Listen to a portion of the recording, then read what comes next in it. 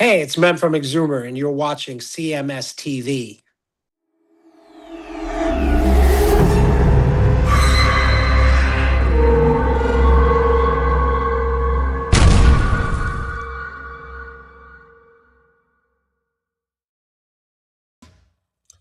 It's Decapitated right here on your classic metal show with 404. Putting a cap on that hodgepodge block of music right there. That one going up by request to Chuck from North Carolina. Malice just before that with Vigilante for the Caucasian Sensation. Nashville Pussy in there with Till the Meat Falls Off the Bone. I forgot who asked for that one. Let me find it real quick because I don't want to get somebody pissed off at me. I didn't mention their name. God damn it. Floyd Gondoli wanted that one. Nashville Pussy. Make sure I mention everybody. Let's see here. We heard Spell in there with Take My Life for King Trump.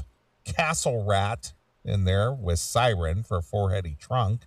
Hanoi Rocks with Malibu Beach Nightmare for Winter Steel, and kicking off that block, Motley Crue with Misunderstood for Donna Mills and Phil Taggs. There we go. I love that Decapitated tune. I'm sure you did. That is my speed, man. That's your thing. That is that. I mean, day to day, that is what I listen to. That's my jam, man. It is. Dude, I interviewed this band this week called IATT, I-A-T-T, IATT. Mm-hmm. And they're like this mix of like extreme metal and dream theater.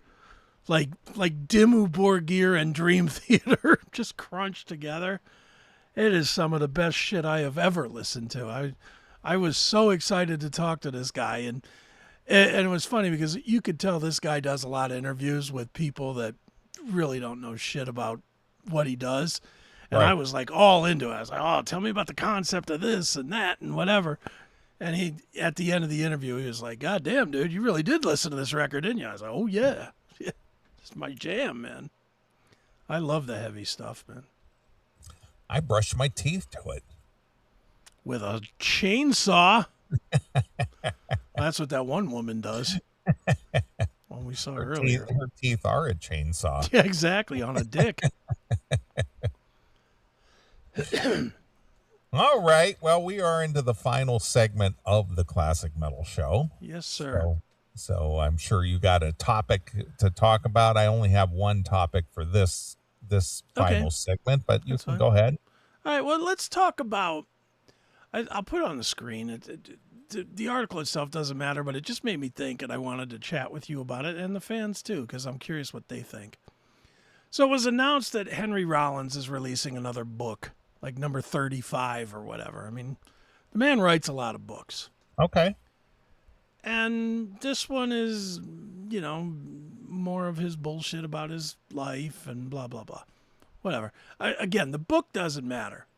But when I saw this, it made me think for a minute about how different the world is now because of social media. And since I know you hate social media, I thought this was a good topic. Sure. Has social media made it so that these books that we at one time would be very excited to get from an artist really don't matter anymore? Because before you comment, think about this. Mm-hmm. You have in your collection a zillion books, and I know that. Sure. I know you have like the David Lee Roth book and the Howard Stern books and all that stuff. My suggestion to you is, had any of that shit happened in the social media era, you probably, maybe not you, but most people probably do not buy the books because they already hear enough and have enough reason to dislike these guys now to no longer buy these books. Do you agree or? Well, I think for me, it's less about whether you like or dislike a person because of their politics or whatever. It's just overexposure because, without social media and the internet, you knew very little about your favorite artist or whatever.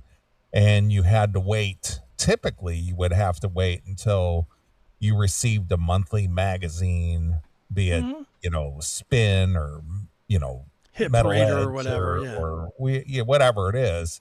And whatever you did know about your favorite artist is either you heard maybe your local DJ make a comment that, Mhm. or you read an interview with them that was in one of these music magazines, or you saw them on an MTV interview Sure. with Kurt Loder or something. Right. And one You of know, the coolest things ever would be when one of your buddies was like, dude, you're not going to believe it. I went to see Megadeth last night and I got to talk to David Ellefson for 10 minutes. You mhm, would hear those stories too. And you're like, oh man, tell me everything he told you. right, right. You were interested in it.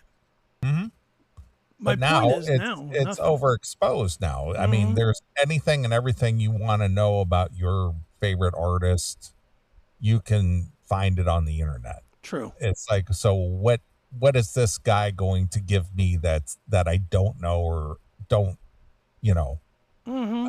So it's just too much content is out there. I agree with that. But I also think that these guys using these guys using their social media to try to convince you that you're a fucking dummy if you don't think like them Yeah. hurts them. Like, Yeah, I forget agree. Rollins. Let's say Sebastian Bach. Sure. Dude, you were a big Sebastian Skid Row fan, right? Yeah, I met him on numerous occasions, prior to the internet. Yeah. Obviously I got a couple of photos that when our good friend Rockin' Randy Yeah, sure. was all into Sebastian, he got us the hook up to Mother where we trucker. were we were invited to come on Sebastian's box Sure. bus Hmm. and hang out with him. Right. And I did, and we Hmm. sat there and hung out, and we were in Columbus, Ohio. Right. I believe I don't remember if it was El Rosa. I don't think it was El Rosa. I think it was some other venue in Columbus. But regardless of that, we were invited to come out on Sebastian's bus and hang out with him. Right. So that was cool. But would I Sure. do that today? No, Yeah, you won't even listen to his records today. no. Why? Just because he just He's a rubs. dick. We He's a we dick. found He out rubs, that he's a dick. yeah, big one. Yeah. And that's it. Tom Morello. I always knew sort of what his politics were, but I still, in the 90s, man, I played those two Rage Against the Machine records, or CDs, nonstop. The debut and the one with Yeah, Bulls the on Parade, evil Evil empire. Empire. Yeah, I played those things 10,000 times. I mean, they were mainstays, and same with like Pearl Jam, who I know everybody here hates, but I love those first three Pearl Jam records. I own them. Yeah, I mean they're great, but yet now, would you cross the street to listen to one song? No. Because Vedder's a Yeah, he's one of these socially driven, mm-hmm. his message is the message, man. Yeah. Do you think that there's people that actually do take their guidance from whatever rock star on either side, Ted Nugent or Tom Morello? I'll go both sides. Do you think there are people that will hear Ted Nugent saying, fuck those lefty pigs, or Tom Morello saying, Donald Trump is a or whatever, and they're like, yeah, Ted said so that's what I think too. Well, in my opinion, Mm-hmm. this is my opinion, I think people who lean left are more apt to listen to those people and march lockstep with them. I think people who lean right are a little more independently thinking. Mm-hmm. And I don't think they would march lockstep with so much even a Ted Nugent. I mean, they Right. might get a good laugh out of Ted, or Mm-hmm. just say he goes, well, that guy's got some balls to say some shit like that. Yeah. But as far as like, yeah, I'm a Ted Nugent, I follow what he says, but I think that the left is more like that. They're not independently thinking. They think as a collective. Yeah, they do, and it's horrible. It really is horrible. And boy, Four Heady Trunk hit one of those bands that is exactly like that for me. That's what turned me off to U2. They started to come off as pretentious and silly. Amen.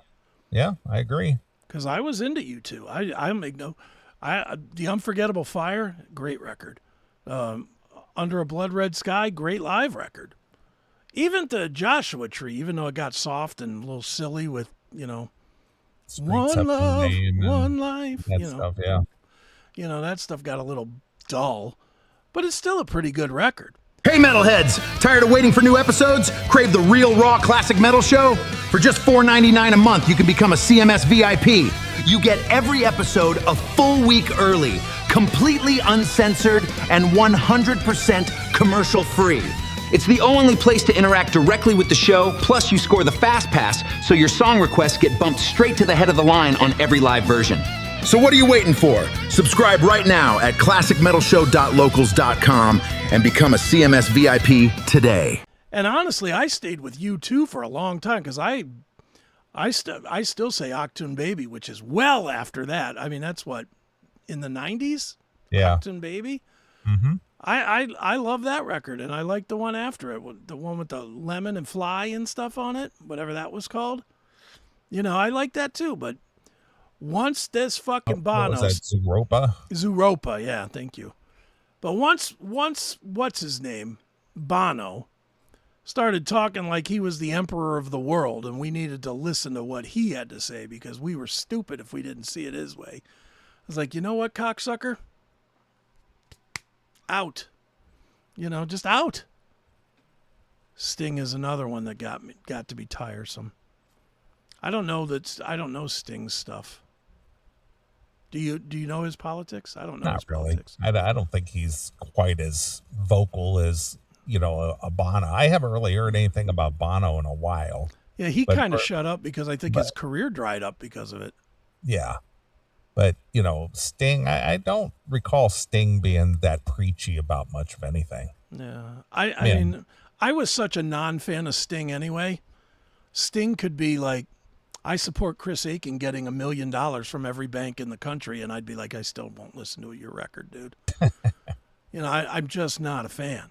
Well, you didn't have the Dream of the Blue Turtles? Well, I did have it, sadly. Sadly, I did buy that with free, set them free. Wasn't that on that? Yes. Yeah. I owned it for a minute.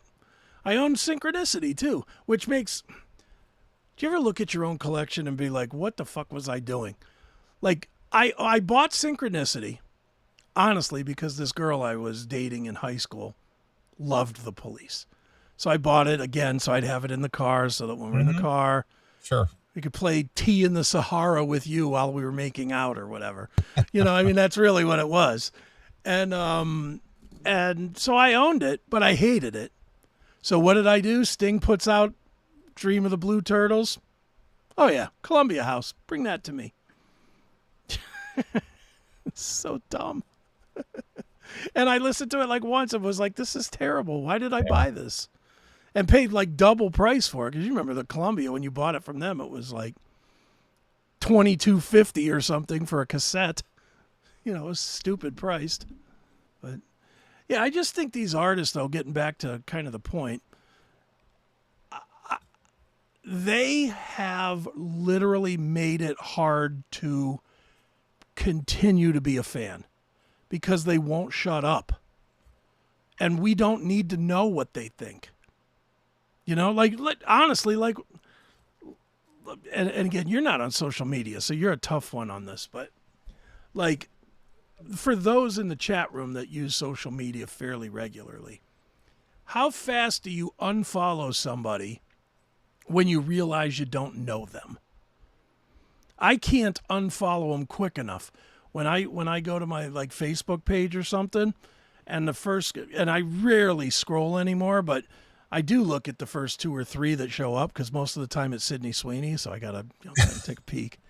But if the first one is, hey, here's Jim Scott, and I look and he's from fucking wherever in Idaho or something, I'm like, and he's talking about, oh my God, me and Jill went out with the dogs today and took a 4-mile walk. Unfollow. Why am I seeing this? Why do I care? You know, and sure enough, if I don't do that, I know what's going to follow eventually. Eventually, that douchebag's going to get rubbed the wrong way by whatever politics. He's going to start spewing it on either side. Mm-hmm. And I just don't care. I don't care what my friends or my family think about politics. Why in the fuck would I want to know what Jim in Idaho thinks? Why would I care? And again, maybe it's me and I'm not a star fucker at all, but why do I care what Tommy Victor from Prong thinks, or Bono, or James Hetfield, or any of them? Why would we care? Why do we care is the real question. Because obviously somebody must care somewhere. These guys wouldn't all have 500,000 followers. Right? Well, here's the other thing. All right. You and I are a little bit exception to the rule when it comes to caring or not caring about what artists think, because you and I have had the pleasure, or for the most part, to interview. You have the opportunity anyway. Yeah. The opportunity to either speak with or meet quite a few people over the years. Mm-hmm. And we have come to learn over the years of meeting people, these guys, as you've put it many times, you just wrote a song I like. Yeah. And that's it.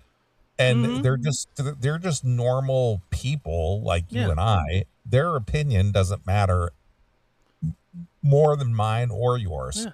Yeah. But people who don't have access to their favorite rock star, or their performer, or whomever, they still hold them in higher regard because they've never had the chance to shake a hand or rub an elbow or have a chat with them. So there's still this untouchable being to them. Mm-hmm. You follow what I'm saying? I do. I guess I just am not wired that way, because I'm just trying to think of who, if by some weird opportunity I got the chance to interview Mick Jagger. I'm going to pick somebody that's like as big as possible. Right.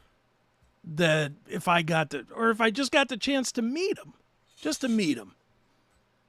and I met him, and he said to me, you know what, I got to tell you why you need to be supportive of Kamala Harris. I would be like, no, I don't, dude. I like Start Me Up. That's it. Because even a guy like Mick Jagger, top of the top of the top of the food chain, in the end, he's changing tires at Walmart if he had not figured out how to fucking sing songs. Right. He lucked into finding an unbelievable skill that a lot of people enjoy. But he's no expert on anything. None of them are. And that's what drives me absolutely batshit crazy, is none of them really, if you break down, and again, like you said, we know them. We meet them. We, break bread with them or have beers with them or whatever. We get the opportunity to know, and we've met enough people to know that almost all of them, if they had not found that unbelievably unique ability to play this on guitar or this on bass or write a hook-filled lyric or something, which is a skill. I'm not trying to say it's not a skill. It's a skill I don't have. But other than that, they're just the same as everybody else. True. And that's why it drives me crazy when these guys are so fucking arrogant. Again, the Henry Rollins story doesn't matter so much, but what the fuck? Why does he feel he's so important that he needs to give his ideas in 35 books? 35 books, plus spoken word tours, plus, he's pretty fucking pompous for a guy that was in a punk band. He's not a philosopher. He's the asshole Aryan Nation guy from Sons of Anarchy. That's who he is. Yeah. You know, he's not, I mean, honestly, he's not, I don't know, other than his money, I don't know anybody that would aspire to be him. Do you? Not unless you're a liar. But I mean, that's the whole thing. Boy, people are making a good point about John Lennon was one of the first, and Woody Guthrie is the one first who wrote preachy activist songs. I don't have a problem with anybody writing songs, personally. If you write your, and I've said that a zillion times, if you put your message and whatever your political agenda is in your songs, fine. That's what the songs are supposed to be, your expression of your principles. And if that's what you want to do with it, so be it. But that's almost an instant, you know, now because of social media, it's an instant don't listen. But back even 20 years ago, I did. You like Pearl Jam, right? You said you like Pearl Jam? Yeah, I got their first 3 records. Yeah. So songs like Glorified G, that's 1,000% against what me and you represent. Right. You know, because that's about, you know, gun control and not being able to have guns and all this other shit. Well, you know, of course, the message about Jeremy, too. Yeah, exactly. You know. Mm-hmm. But you still like those songs, right? Sure. Because you didn't care back then. But now, if you got to go to a show, and before you hear Glorified G, you get fucking Eddie Vedder on the thing, squashing a Donald Trump mask and saying, nobody should have guns unless they're going to shoot the president, you know, or whatever bullshit he's spewing on the stage. It's like, you know what, dude, go fuck yourself. You ain't all that either. You're just a fucking dude. You're just another fucking junkie that made it. So fuck off. You know, it drives me nuts. It drives me absolutely nuts. And I wish more people would not be such fucking star fuckers. And like you said, maybe it's just because they don't have access. Probably is. But I personally, I try to get my head around it. And the worst thing is now there's so much info. Even if you take social media out of it, the documentaries that we watch now, they're so detailed and they really show you what bags of shit these people are. Dude, I was watching one last night on, it was like I don't know, would you call it a documentary? It's like 20 minutes long. It's one of those YouTube 20-minute It's a mini story. doc. Yeah.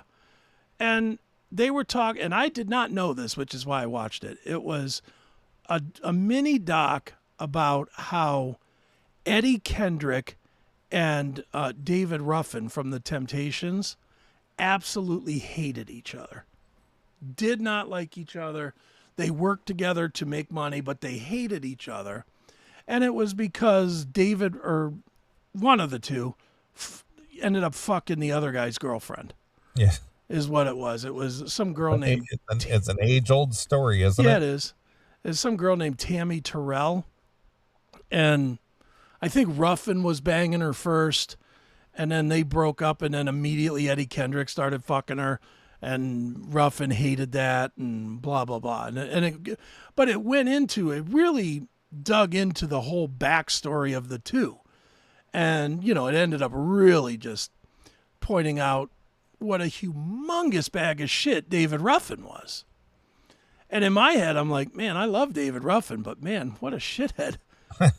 You know, and this is what kind of put the thought in my head. I was like, do you think people that were in the 60s and 70s would worship a David Ruffin if he was like a social media guy today? And my thought was no. Because he would have exposed himself being a junkie, and people would have run for cover from him.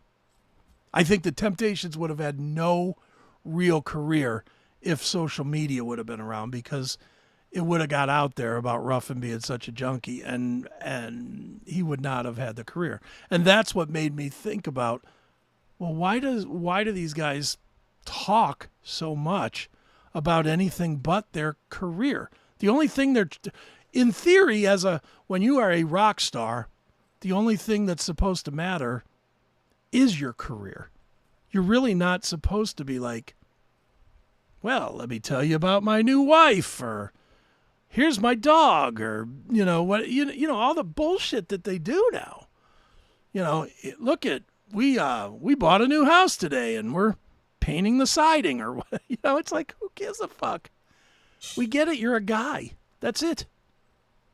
I don't know. It just seeing this article and watching that thing last night kind of put me in a funk where I was like, I wonder what Neely thinks about this. And sounds like you kind of agree. Yeah, of course. And it's just sad. It really is just, I don't know. Well, there's no mystery to our whatever performer we like these days. I mean, if you think back about all this, even way back in the 30s and 40s and in Hollywood, they used to have what they called the scandal sheets. Mm-hmm. And basically the Hollywood executives, the movie studio executives, would pay off these reporters not to print something. Sure. In the scandal sheet about one of their stars. Right. Because the less you knew about your favorite star and whatever their personal habits were, whether they were an alcoholic or they womanizer or whatever, or gay or something like that. It was, I mean, look at how long Rock Hudson, was able to cover up his, being gay. Yeah. And all the way up to the point he had AIDS and died. Right. Same thing with Robert Reed of the Brady Bunch. Mm-hmm. I mean, yeah. Could he be the wholesome father of the Brady Bunch by being a fag? Yeah, by taking dick in the ass. It's like, no, of course not. Right. But if this was if that show was on during the years of the internet, that show would have never had 6 seasons or whatever it was. It would have had 14 in today's world. Yeah. They would have had him married to another guy in today's world, sadly. Yeah. So if the internet was something back in the 70s, it would have been shocking. It's like, we're not watching that. We're not supporting somebody that lives a deviant lifestyle. Right.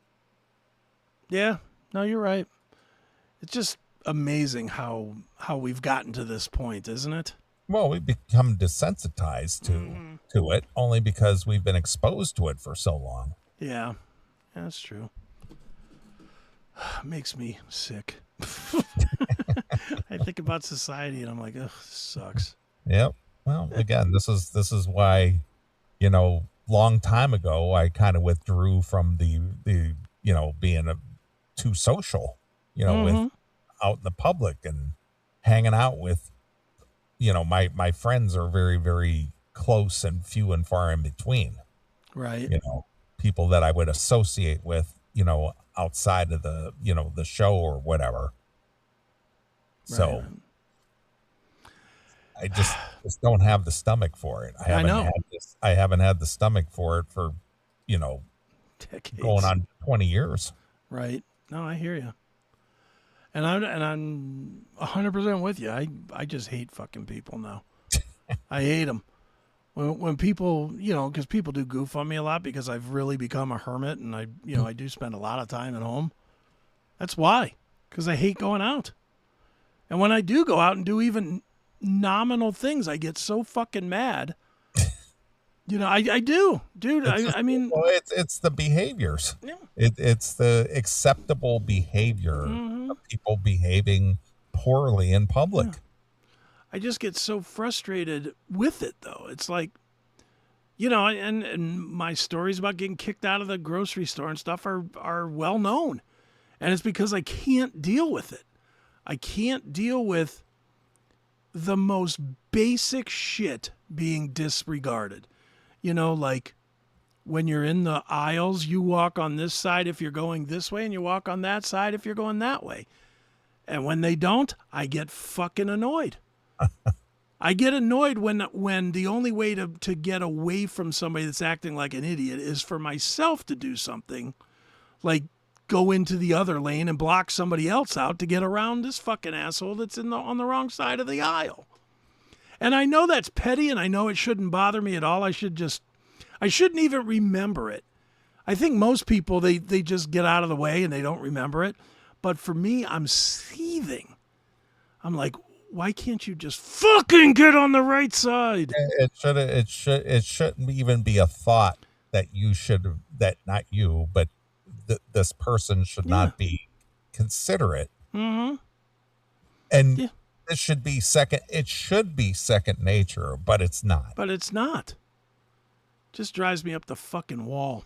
Mm-hmm.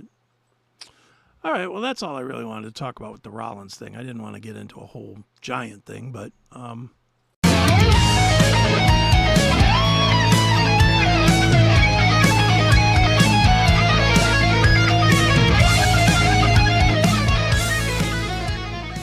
Want to watch the classic metal show on your big screen instead of your phone or computer? Now you can with the Rumble app. The Rumble app is available on most smart TVs and streaming devices. Just download the app, open it, and search for Classic Metal Show. You'll instantly get access to all the latest episodes on demand. Plus, catch the entire live broadcast every Saturday night and watch exclusive live-streamed events as they happen. Download the Rumble app today, search for Classic Metal Show, and subscribe now. The Classic Metal Show. Metal. Talk. Streaming live and on demand.